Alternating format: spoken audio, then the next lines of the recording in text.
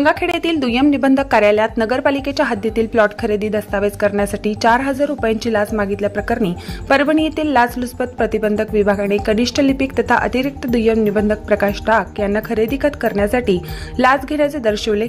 यामुळे गुन्हा दाखल केला आहे। नगरपालिका हद्दीत असलेल्या एका प्लॉटची खरेदी करून कागदपत्र बनवायचे होते, त्यासाठी किती पैसे लागतील अशी फिर्यादीने टाक यांच्याकडे विचारणा केली होती। त्यात त्याने 6,000 ते 7,000 रुपये फीस लागेल आणि त्या व्यतिरिक्त 10,000 रुपये लागतील असे टाक यांनी तक्रारदारास सांगितले। मात्र तक्रारदार यांना फीस व्यतिरिक्त 10,000 रुपयाची लाच देण्यास इच्छुक नव्हते। लाच प्रकरणी फिर्यादी आणि दुय्यम निबंधक यांच्यात तडजोड होऊन 4,000 रुपये देण्याचे ठरले। दरम्यान तक्रारदार यांनी लाचलुचपत प्रतिबंधक विभागाकडे तक्रार दाखल केली होती। यावेळी 4,000 रुपयांची लाच घेण्याचे दर्शवल्याने हा गुन्हा दाखल करण्यात आला आहे। प्रतिनिधी राजकुमार मुंडेसह मी अबोली जोशी, DLP न्यूज गंगाखेड।